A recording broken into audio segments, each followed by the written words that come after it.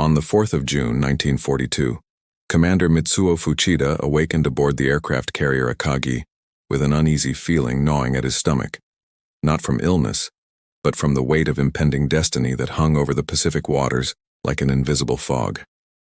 6 months had passed since his aviators had struck Pearl Harbor with devastating precision, and now the Japanese combined fleet steamed toward a tiny atoll called Midway, unaware that American codebreakers had already stripped away the veil of surprise that had served Japan so well. The morning sun cast long shadows across the flight deck as mechanics made final preparations on the Zero fighters and Aichi dive bombers that crowded the carrier's surface. Vice Admiral Chuichi Nagumo, standing on Akagi's bridge, surveyed his formidable strike force with satisfaction. 4 fleet carriers, Akagi, Kaga, Soryu, and Hiryu, represented the cutting edge of Japanese naval aviation, the very sword that had swept aside all opposition from Hawaii to Ceylon. These vessels and their veteran air crews had achieved what many thought impossible: dominance over the vast Pacific Ocean. Hundreds of miles to the northeast aboard the American carrier USS Enterprise, Lieutenant Commander Wade McCluskey studied intelligence reports that would have seemed like fantasy just weeks earlier. The code-breaking triumph at Station Hypo in Pearl Harbor, led by Commander Joseph Rochefort and his team of cryptanalysts, had accomplished what some historians would later call the most consequential intelligence victory of the entire war. According to David Kahn's comprehensive work, The Code Breakers, the decryption of Japanese naval codes provided Admiral Chester Nimitz with unprecedented insight into enemy intentions, transforming a potentially catastrophic encounter into an opportunity for ambush. The strategic situation favored desperation over confidence for the Americans. Japan's advance had seemed unstoppable through the spring of 1942. Wake Island had fallen. The Philippines had been conquered. Singapore, the supposedly impregnable British fortress, had surrendered in humiliating fashion. Australia itself appeared threatened by the southward Japanese thrust.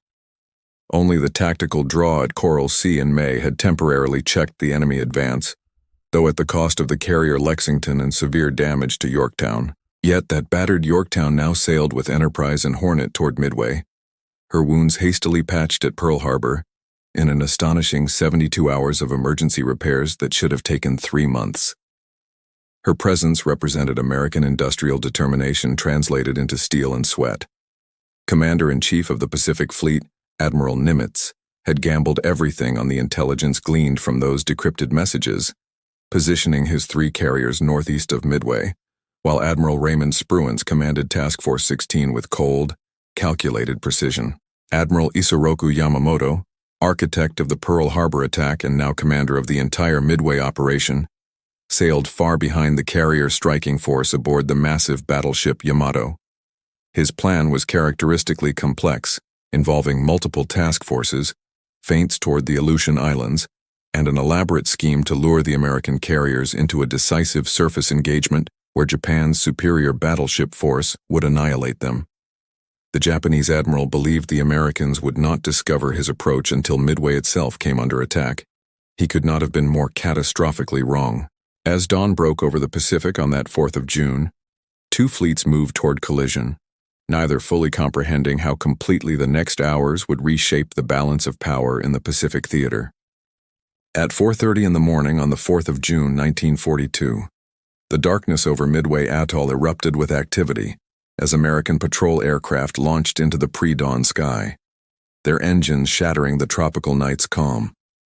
Lieutenant Howard Ady, piloting a lumbering PBY Catalina flying boat, maintained his assigned search pattern with the disciplined tedium of reconnaissance work.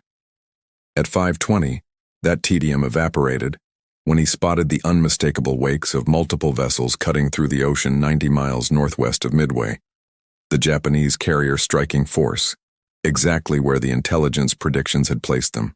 The radio message that crackled back to Midway's command post galvanized every American on the atoll into frantic preparation.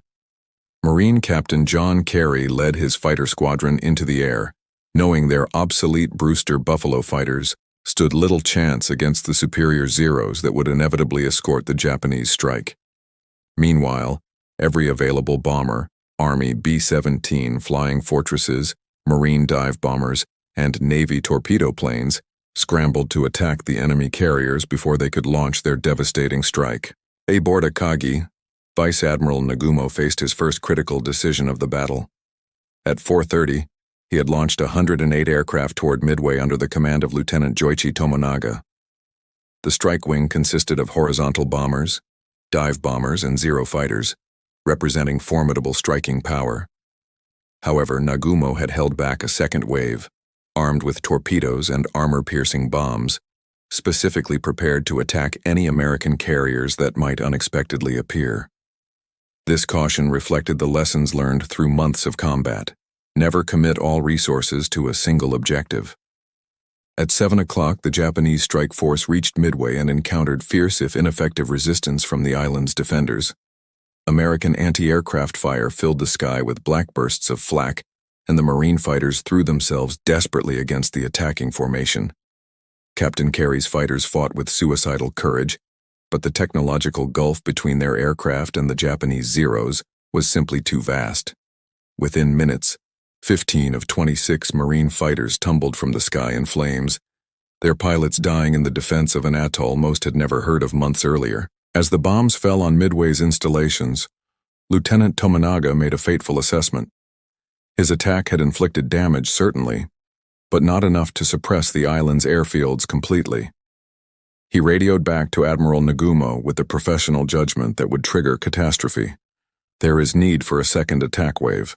Nagumo now confronted the crisis that would define his career and Japan's fortunes.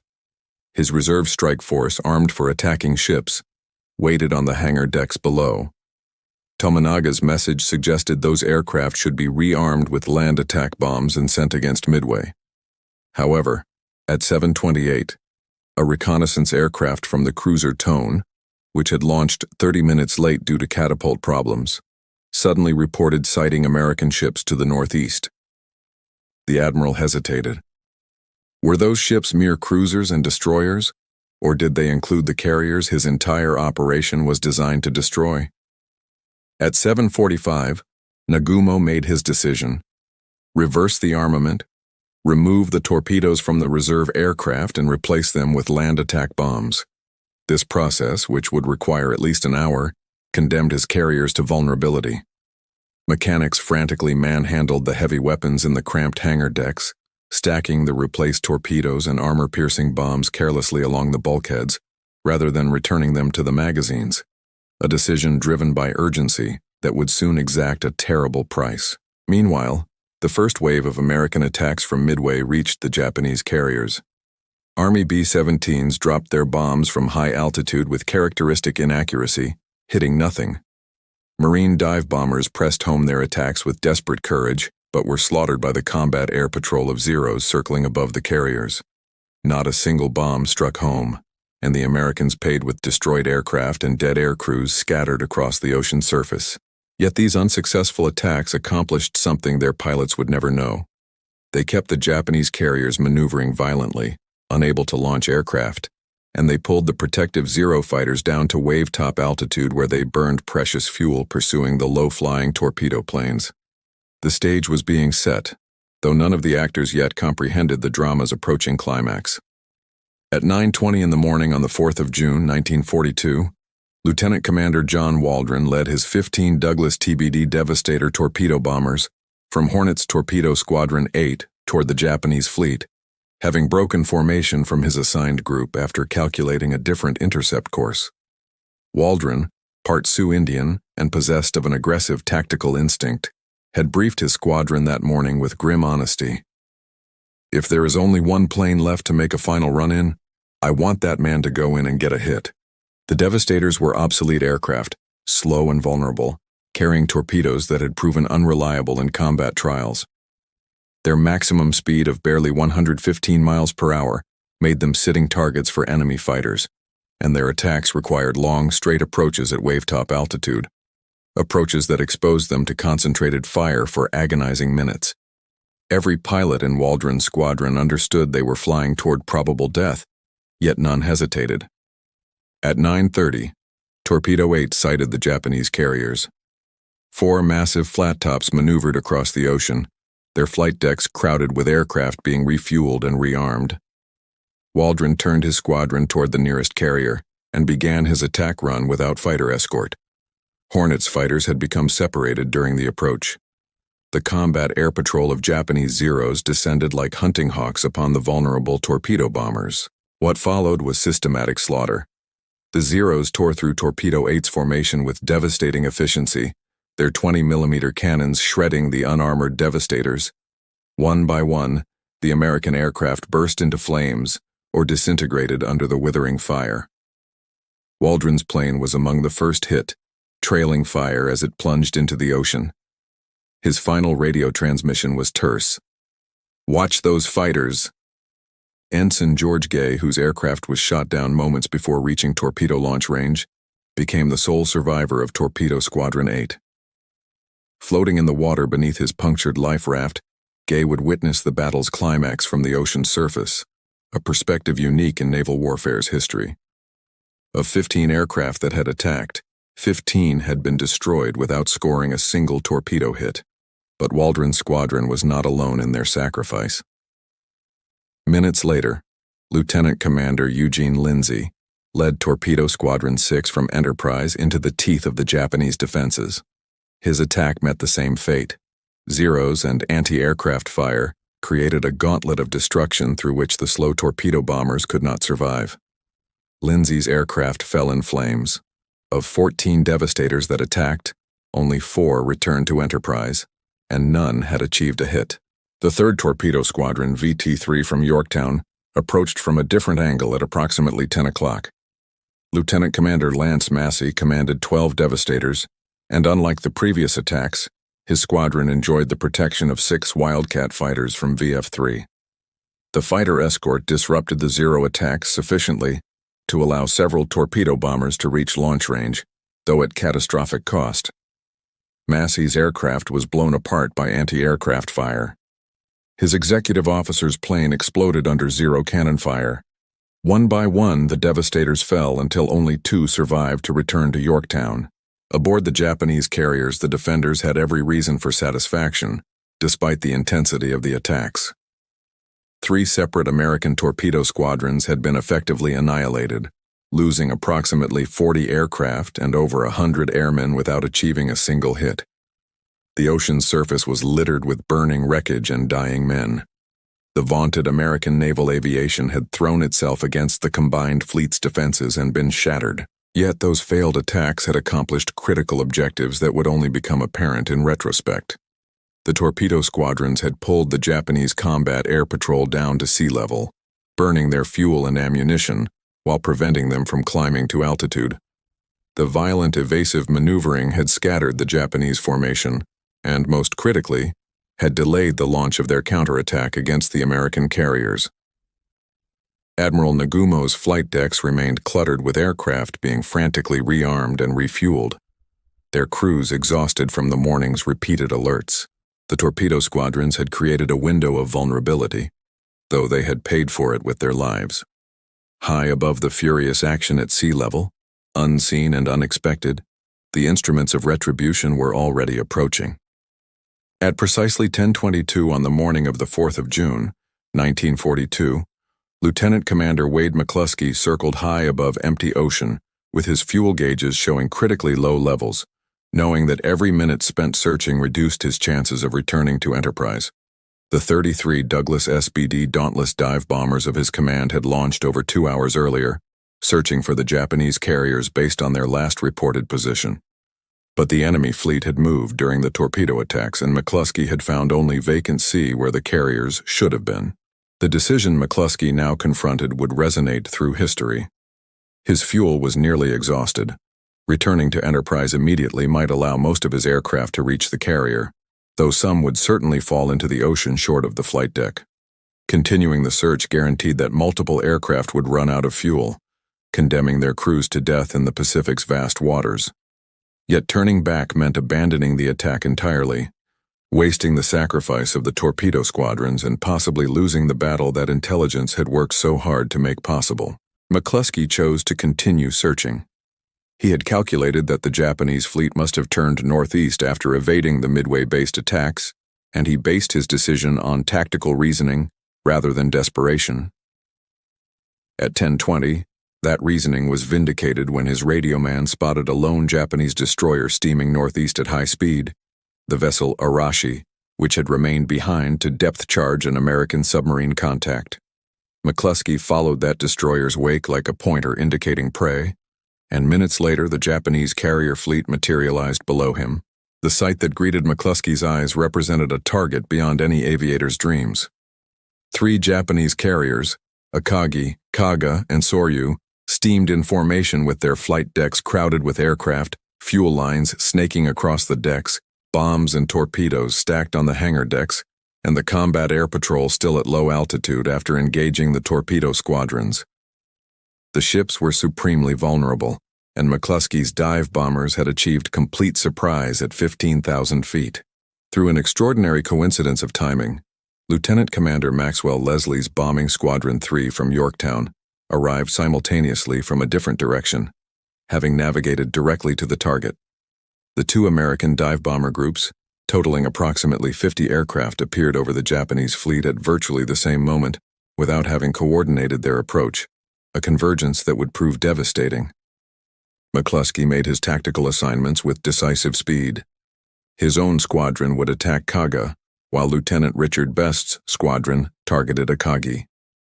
At 10:24, the American dive bombers rolled into their attacks, plunging nearly vertically from 15,000 feet toward the enemy carriers below.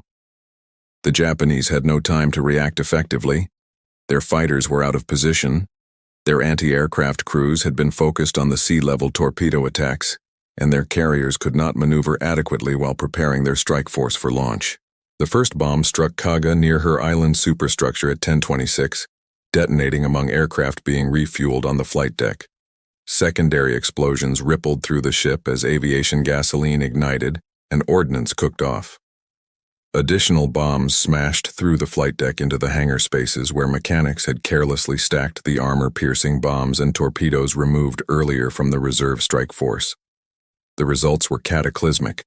Massive explosions tore through Kaga's vitals, igniting uncontrollable fires that would doom the carrier within hours. Simultaneously, Lieutenant Best led his 3-aircraft section against Akagi, Japan's premier carrier, and Admiral Nagumo's flagship.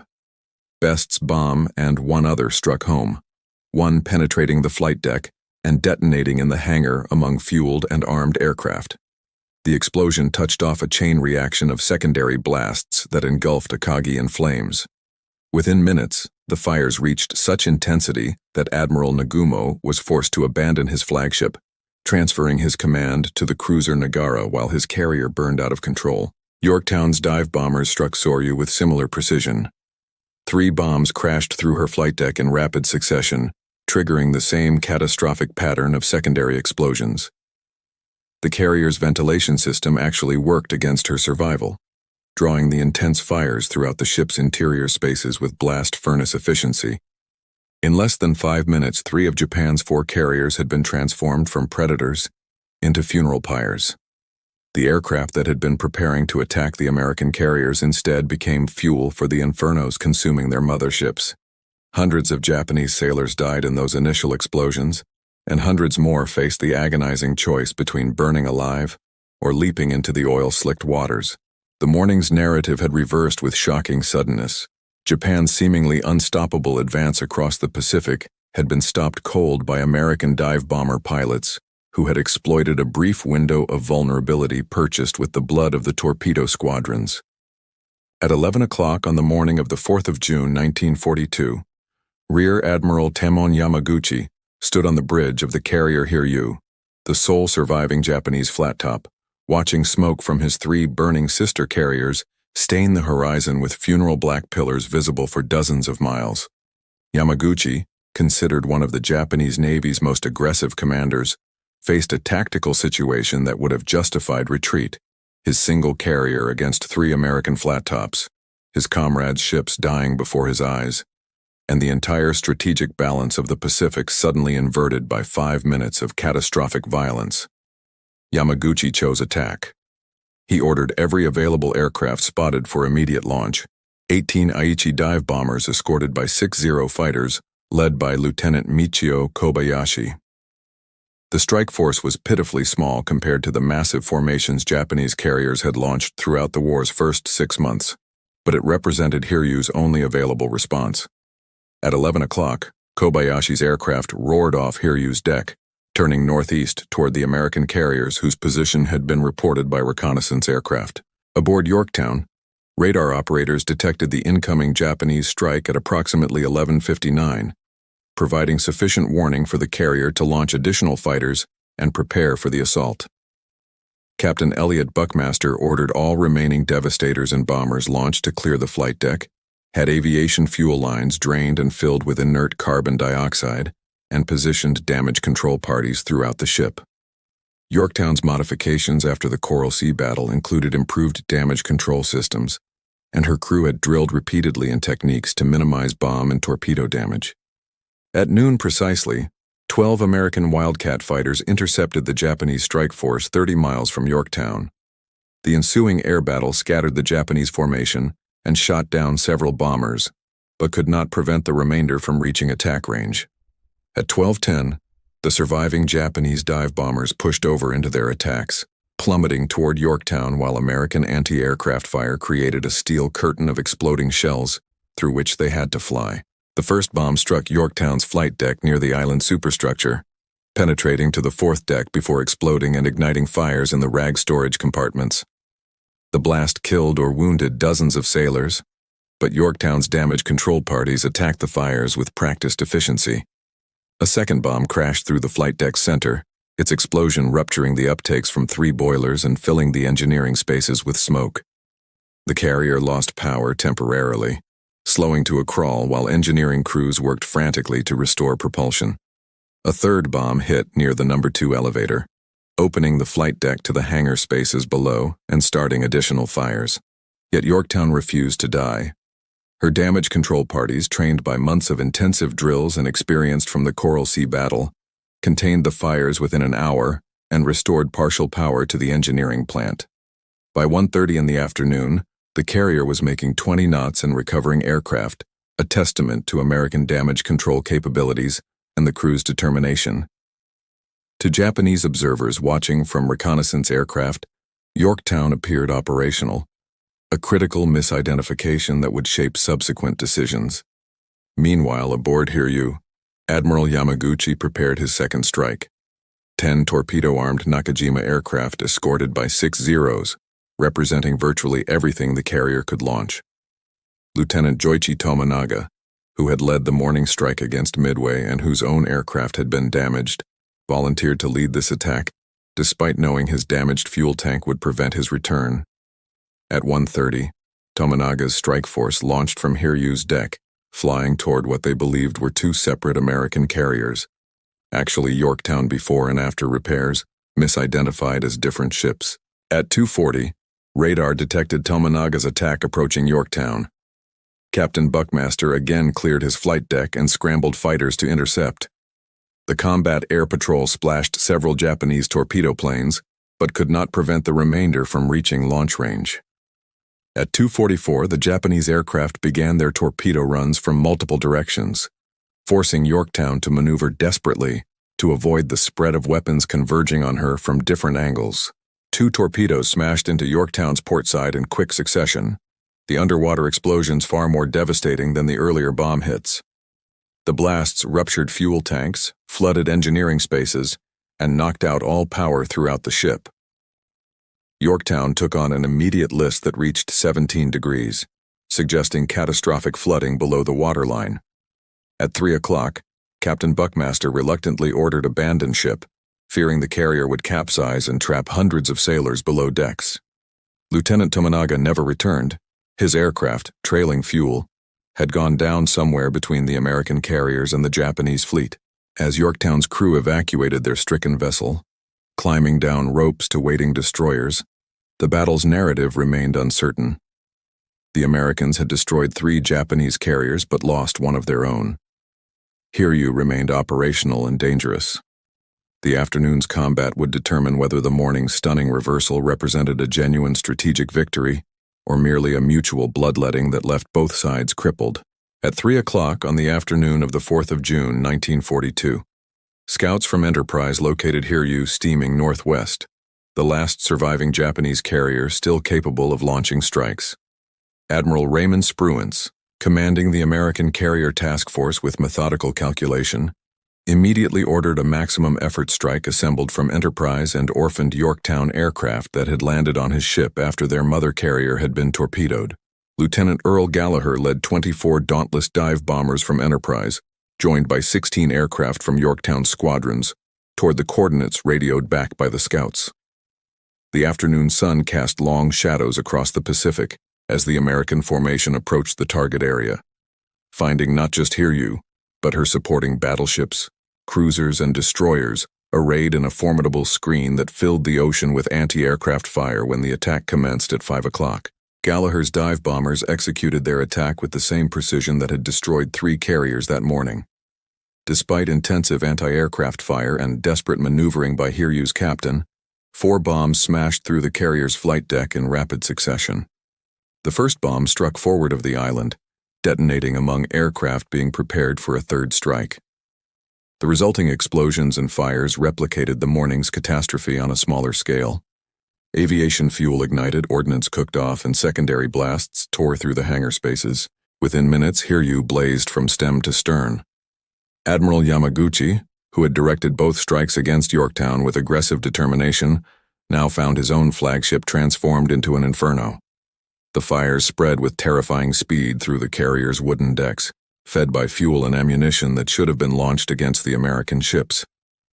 Damage control parties fought desperately to contain the conflagration, but the multiple bomb hits had created uncontrollable blazes in critical locations. As Hiryu burned, Admiral Yamamoto aboard the distant battleship Yamato finally grasped the magnitude of the disaster unfolding in the waters off Midway. 4 irreplaceable fleet carriers, Akagi, Kaga, Soryu, and Hiryu, either destroyed or dying, along with their veteran air crews and the years of training those men represented. The carefully constructed plan to lure the American carriers into a decisive surface action had collapsed into catastrophic defeat. Yamamoto initially considered pressing forward with his battleship force, hoping to force a night surface engagement where his superior heavy guns might yet salvage victory from disaster. However, Admiral Spruance's cautious tactical instincts prevented such an encounter. Having achieved a stunning victory through dive bomber attacks, Spruance refused to risk his carriers in a night battle where Japanese torpedoes and superior night fighting capabilities might reverse the day's results. He ordered his task force to withdraw eastward during darkness, maintaining distance from Yamamoto's battleships while preserving his own carriers intact. At 2:30 in the morning on the 5th of June, Admiral Yamamoto accepted reality and issued orders for a general withdrawal. The Midway operation had failed catastrophically. Rather than destroying the American carrier force, Japan had lost 4 carriers that could not be replaced. Not in months, not in years. The aviators who had perished represented an even more irreplaceable loss. Japanese naval aviation training programs, designed for peacetime conditions, could not rapidly produce pilots of equivalent skill and experience. Aboard the burning carriers, desperate dramas played out through the night. Akagi burned until dawn before Admiral Nagumo ordered her scuttled with torpedoes from Japanese destroyers, the proudest ship of the carrier striking force sent to the bottom by her own comrades. Kaga had already sunk earlier in the evening, taking over 800 crewmen with her. Soryu went down at 7:13 in the evening, capsizing suddenly as flooding overwhelmed her damaged hull. Hiryu survived until 9 o'clock the following morning, when Admiral Yamaguchi ordered the crew to abandon ship before joining his captain in going down with their vessel, choosing death over the shame of losing their command. The human cost of those 5 minutes of dive bomber attacks cascaded through the burning hours. Mechanics who had frantically rearmed aircraft that morning died in the explosions their rushed work had made possible. Pilots waiting to launch counterattacks perished in flames that consumed their aircraft on the crowded decks. Damage control parties battled infernos fed by the very weapons meant to destroy American ships. Engineering crews trapped below decks faced the choice between burning alive or drowning as seawater flooded compartments to contain fires. Yorktown, abandoned by her crew earlier in the afternoon, stubbornly refused to sink despite her 17-degree list and catastrophic torpedo damage. Salvage parties would return to her the following day, attempting to save the battered carrier that had survived both Coral Sea and Midway through her crew's determination and superior damage control capabilities. Her survival, however temporary, stood in stark contrast to the 4 Japanese carriers that now rested on the Pacific floor, broken monuments to the morning's reversal of fortune. As darkness fell on the 4th of June, the battle's outcome was essentially determined, though individual combatants would continue dying for days. On the morning of the 6th of June, 1942, salvage parties from the destroyer Hammond came alongside the abandoned Yorktown, which had remained stubbornly afloat through the night despite the catastrophic damage she had sustained. Captain Buckmaster, who had ordered his crew to abandon ship 2 days earlier, returned to his vessel with hand-picked damage control teams determined to save their carrier. The sight that greeted them was sobering. The once proud flat top listed 17 degrees to port, her flight deck torn by bomb hits, her interior spaces flooded and darkened, yet her hull remained intact. Throughout the 6th of June, salvage crews labored in Yorktown's darkened passageways, running pumps to remove thousands of tons of seawater, extinguishing remaining fires, and gradually reducing the carrier's list to 2 degrees. The work was dangerous and exhausting, conducted in compartments that might flood catastrophically without warning. But progress seemed promising. Admiral Nimitz, monitoring reports from Pearl Harbor, began to believe Yorktown might indeed reach port for repairs. The carrier had survived extraordinary punishment: 3 bomb hits on the 4th, 2 torpedo hits hours later, and over 40 hours adrift, yet refused to die. Meanwhile, across the Pacific, the strategic implications of Midway's outcome rippled outward like shockwaves. In Tokyo, Imperial General Headquarters struggled to comprehend how 4 fleet carriers could be lost in a single battle. The official announcements minimized the disaster, claiming only 1 carrier sunk and damage to others, but the truth could not be concealed from those who mattered. Japan's naval aviation capability had been crippled, not destroyed, but reduced to the point where continued offensive operations became strategically problematic. The lost carriers represented material assets that Japanese shipyards could theoretically replace, though not quickly. Historical records indicate that Japan's naval construction programs, documented extensively in works such as Mark Petey's Sunburst: The Rise of Japanese Naval Air Power, showed that replacing 4 fleet carriers would require years even under optimal conditions. The carrier Shokaku, damaged at Coral Sea, would not return to service until months after Midway. The carrier Zuikaku, though undamaged, had lost most of her air group at Coral Sea and required lengthy retraining before becoming combat effective again. More critically than the ships themselves, the lost aircrews could not be replaced at all under wartime conditions. Japanese naval aviation training programs, designed for peacetime expansion, required 2 years to produce fully qualified carrier pilots. The veterans who had perished over the burning carriers, men who had trained since the late 1930s, who had gained combat experience over China, and who had perfected their skills in 6 months of relentless combat from Pearl Harbor to Ceylon, represented an investment in human capital that no training program could rapidly reproduce. At 1:30 in the afternoon on the 7th of June, Lieutenant Commander Yahachi Tanabe, commanding the Japanese submarine I-168, detected Yorktown through his periscope while the carrier was under tow by the minesweeper Vireo. Tanabe maneuvered carefully into attack position despite the screening destroyers circling the stricken flat top.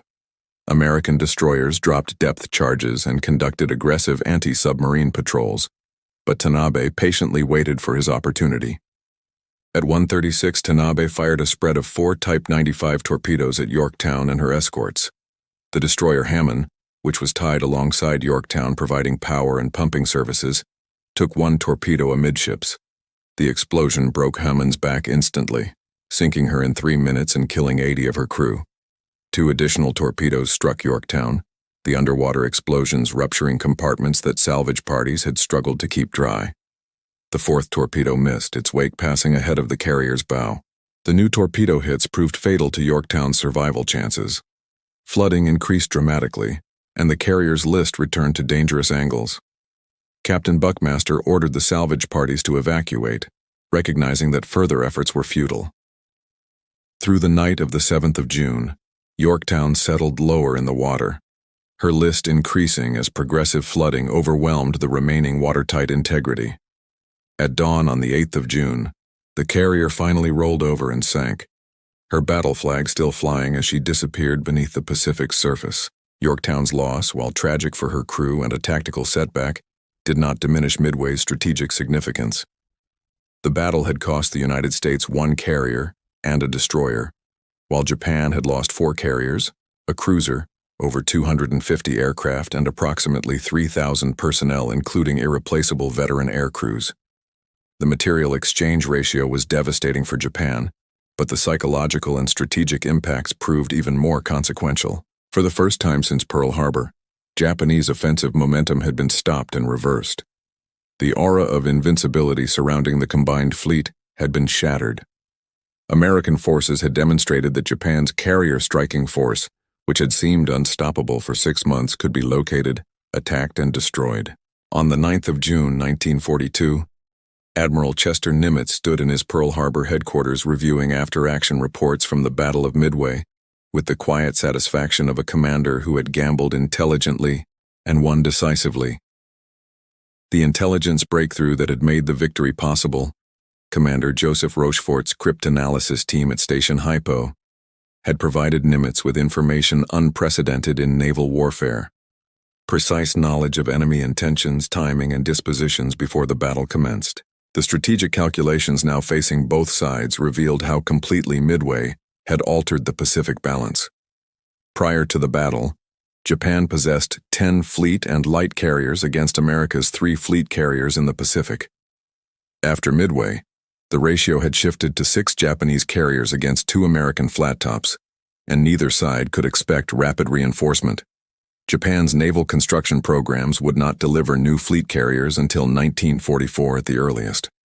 The United States had massive carrier construction underway.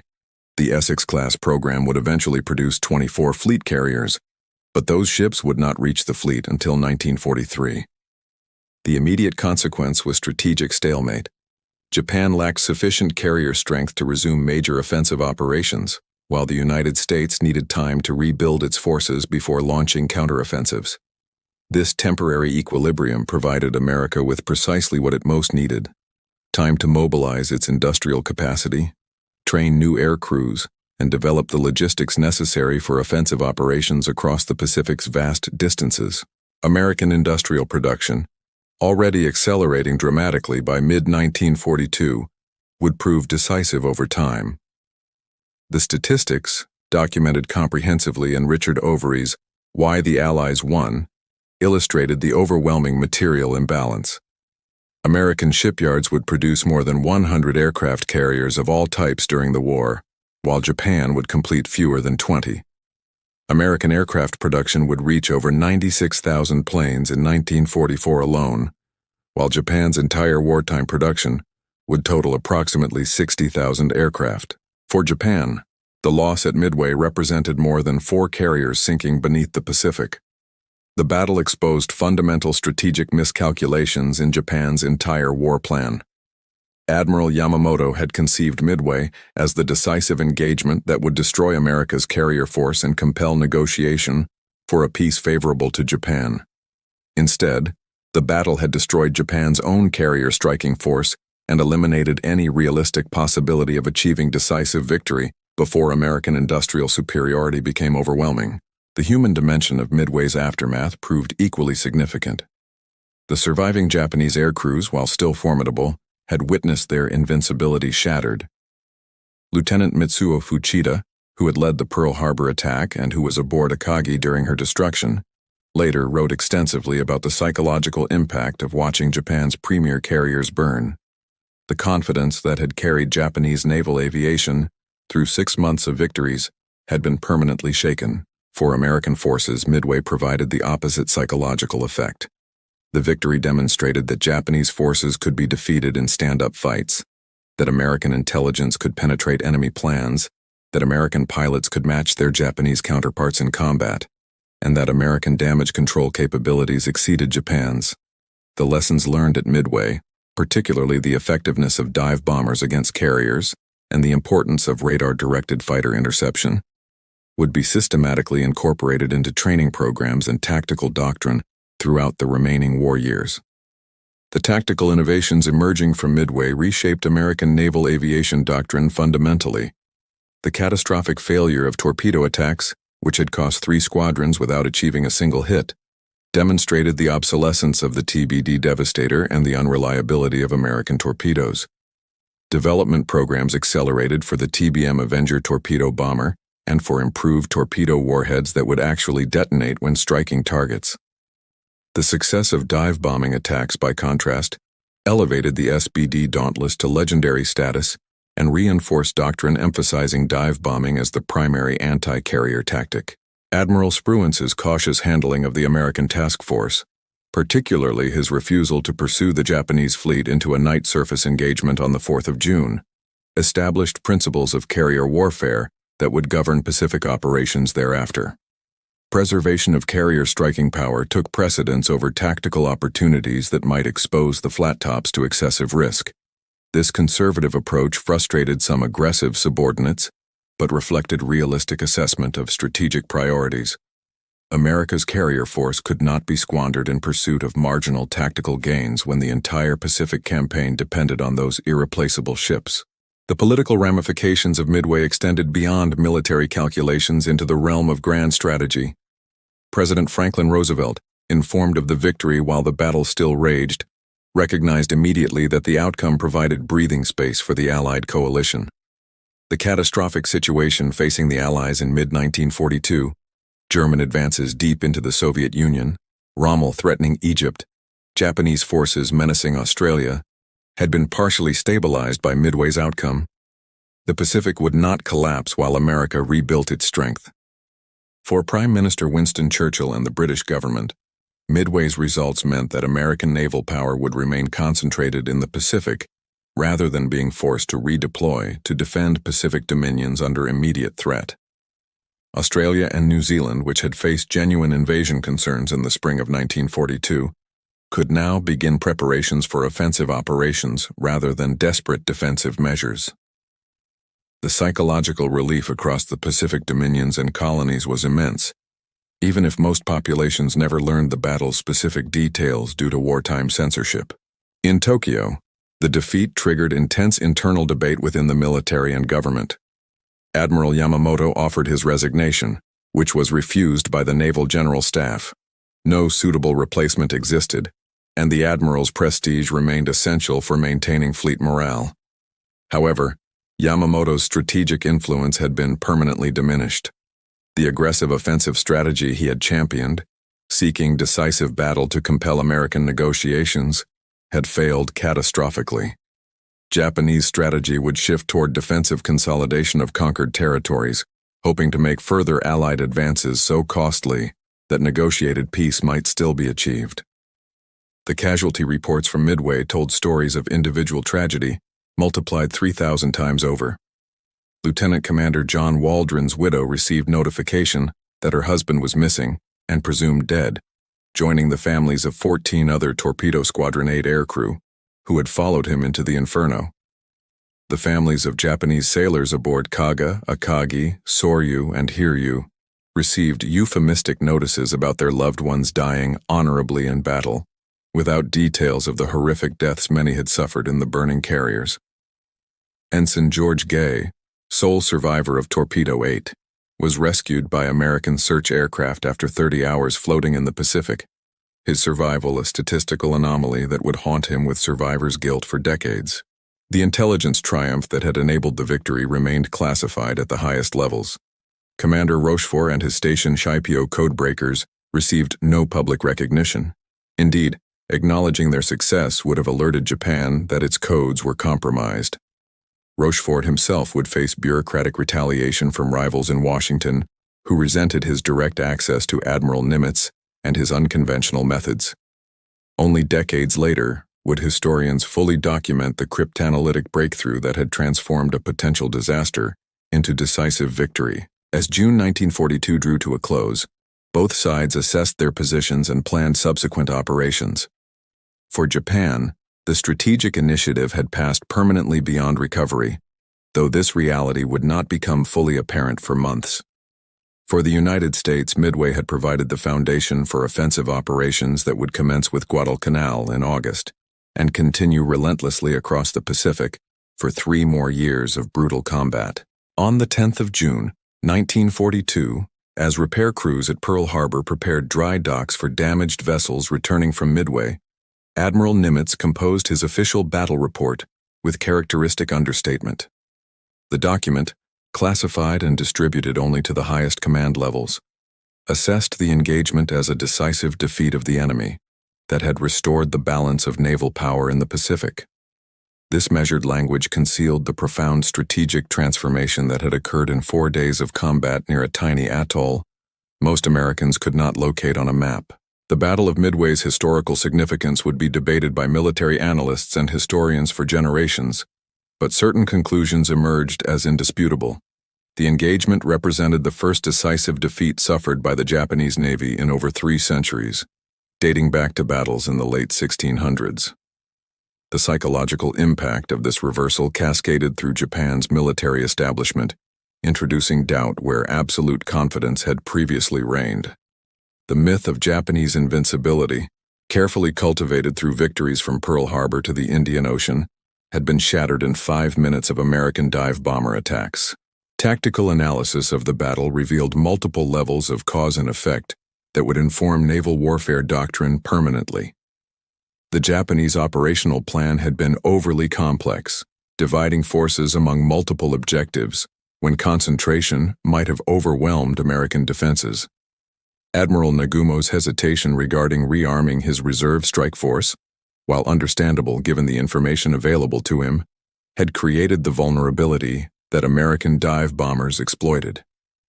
The failure to launch adequate reconnaissance aircraft early enough, particularly the Tone's delayed catapult launch, had denied Japanese commanders timely intelligence about American carrier positions. American successes stemmed from superior intelligence, aggressive risk-taking by individual commanders like Wade McCluskey, who continued searching beyond prudent fuel reserves, and the sacrificial courage of torpedo squadrons that created conditions for dive bomber success, even as they were being annihilated. The combination of cryptanalytic breakthrough, tactical flexibility, and individual heroism had overcome significant American disadvantages in aircraft quality and torpedo reliability. The long-term trajectory of the Pacific War was fundamentally altered by Midway's outcome. Japan's strategic options contracted dramatically after losing 4 fleet carriers and their irreplaceable air crews. The offensive operations that had characterized the war's first 6 months became impossible to sustain. Japanese strategy shifted to defensive consolidation, attempting to make conquered territories so costly to recapture that American will to continue the war might falter. This defensive posture, however rational given reduced capabilities, surrendered initiative to an enemy whose industrial capacity grew exponentially stronger with each passing month. American strategy, conversely, expanded dramatically after Midway stabilized the Pacific situation. Plans for offensive operations against Japanese positions could proceed without the desperate urgency that had characterized earlier months. The 2-pronged advance across the Pacific, Admiral Nimitz's Central Pacific campaign through the Gilberts, Marshalls, and Marianas, and General Douglas MacArthur's Southwest Pacific campaign through New Guinea and the Philippines, became feasible only because Midway had eliminated the threat of renewed Japanese carrier offensives. The human cost of these strategic transformations remained incalculable in any meaningful sense. The 3,000 Japanese sailors who died at Midway represented not merely statistics, but individuals whose families mourned their loss, whose potential contributions to Japan's post-war development were forever eliminated, and whose deaths in burning carriers or drowning in oil-slicked waters involved suffering that after-action reports could never adequately convey. The 307 American dead, including the torpedo squadron pilots who pressed home attacks knowing they would not survive, left similar voids in families and communities across the United States. The carrier Yorktown's loss after surviving extraordinary damage and nearly reaching safety symbolized both the battle's brutal cost and the narrow margins separating victory from defeat. Had the Japanese submarine I-168 not located Yorktown on the 7th of June, the carrier might have reached Pearl Harbor for repairs and returned to service months earlier. Had Yorktown been available during the Guadalcanal campaign's desperate carrier battles in the fall of 1942, American advantages might have been even more pronounced. Such counterfactual speculation demonstrated how individual events, a submarine commander's persistence, a torpedo's trajectory, could ripple through history with disproportionate consequences. The historiography of Midway evolved considerably over subsequent decades as classified materials became available and participants published memoirs. Early accounts emphasized individual heroism and tactical brilliance, while necessarily omitting the intelligence breakthrough that had made victory possible. Gordon Prang's comprehensive study, Miracle at Midway, published decades after the battle, could finally acknowledge the cryptanalytic triumph and analyze how intelligence shaped commanders' decisions. Later works examined Japanese perspectives, revealing the internal debates and operational failures that contributed to the disaster. Modern military analysts studying Midway focus particularly on the battle's lessons regarding the interplay between intelligence, command decisions, and tactical execution. The engagement demonstrated that superior intelligence creates opportunities, but does not guarantee victory. Exploitation of those opportunities requires commanders willing to take calculated risks and subordinates capable of executing complex operations under extreme stress. Admiral Spruance's methodical approach, initially criticized by some aggressive subordinates, ultimately proved superior to more flamboyant alternatives that might have squandered the intelligence advantage through premature action or excessive risk-taking. The Battle of Midway's resonance extended beyond military history into broader cultural consciousness. The engagement became synonymous with turning points, with dramatic reversals of fortune, and with the decisive importance of individual actions at critical moments. Lieutenant Commander Wade McCluskey's decision to continue searching beyond safe fuel reserves, Lieutenant Commander John Waldron's determination to attack despite overwhelming odds, Ensign George Gay's survival to witness the climactic dive bomber attacks. These individual stories illustrated how personal courage and professional judgment could shape strategic outcomes affecting millions of people and the course of global conflict. As the 70th, 80th, and subsequent anniversaries of Midway arrived, commemorations focused increasingly on the human dimensions of the battle rather than purely military analysis. The last survivors, men who had flown those obsolete devastators into walls of anti-aircraft fire, who had fought fires aboard burning carriers, who had floated in the Pacific awaiting rescue or death, passed away, taking with them irreplaceable first-hand memories of those 4 days in June 1942. Their testimonies, preserved in oral histories and memoirs, provided texture and emotional weight to historical narratives that might otherwise reduce individual experiences to statistical abstractions. The battle's ultimate legacy rested not merely in its immediate strategic consequences, but in what it revealed about the nature of warfare in the industrial age. Midway demonstrated that technological advantage could be overcome by superior intelligence and tactical execution, that material losses in modern war could prove irreplaceable despite industrial capacity, and that individual decisions by junior officers could determine the outcomes of engagements involving thousands of personnel and affecting the survival of nations. These lessons transcended the specific circumstances of June 1942, offering insights applicable to military operations decades and centuries into the future. On the 4th of June each year, ceremonies at the Midway Atoll Memorial and at Pearl Harbor honor those who fought in the battle that changed the Pacific War's trajectory. The names of the dead are read: American sailors and airmen, Japanese sailors and pilots, all young men who died violent deaths far from home in service of nations and causes they believed worth the ultimate sacrifice. The Pacific waters that witnessed their final moments remain unchanged, indifferent to the human dramas played out on their surface 8 decades ago, yet carrying within their depths the physical remains of ships and men who wrote history through their courage and their deaths in those early days of June, 1942.